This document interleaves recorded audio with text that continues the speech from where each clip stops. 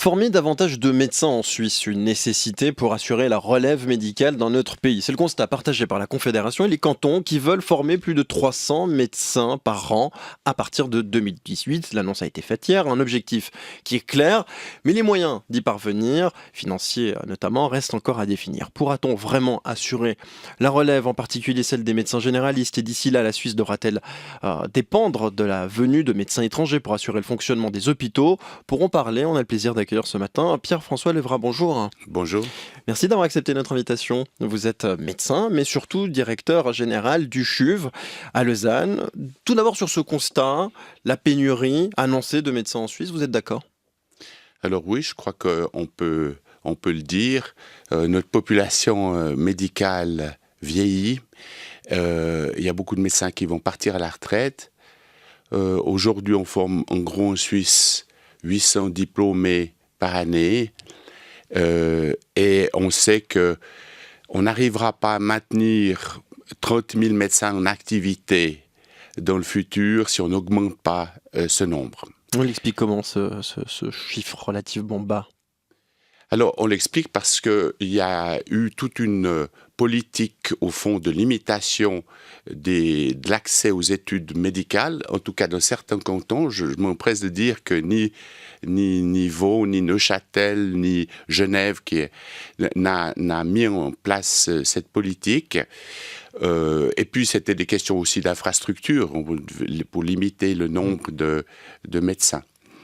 Je dirais maintenant que donc il est absolument impératif de former plus de médecins. On fait déjà un recours, vous l'avez dit tout à l'heure, important aux médecins étrangers.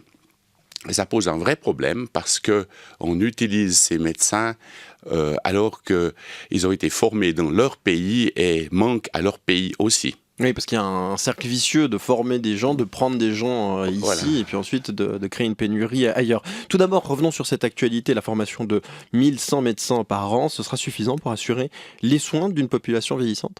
Alors, je pense que ça sera suffisant pour maintenir la situation actuelle, en tout cas commencer à réguler un peu les choses.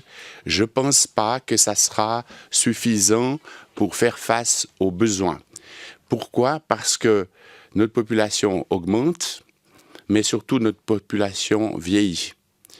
Et quand elle vieillit, au fond, naturellement, elle va le demander, surtout dans les dernières années de vie, beaucoup plus de soins médicaux de manière générale. Donc la demande va augmenter. Puis à ça s'ajoute le problème du temps de travail des médecins.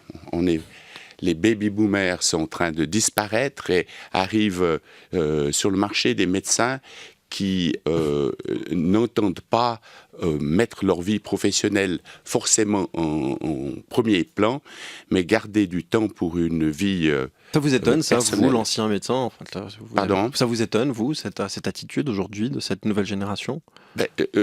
Non, moi je suis un baby-boomer. Vous êtes un baby-boomer. Voilà. Alors Vous les dites, baby-boomers... je vous voyais plus à défendre une vieille école de la médecine. Nous non? on a hérité, les baby-boomers, c'est depuis la sortie de la guerre, et on a hérité des valeurs du travail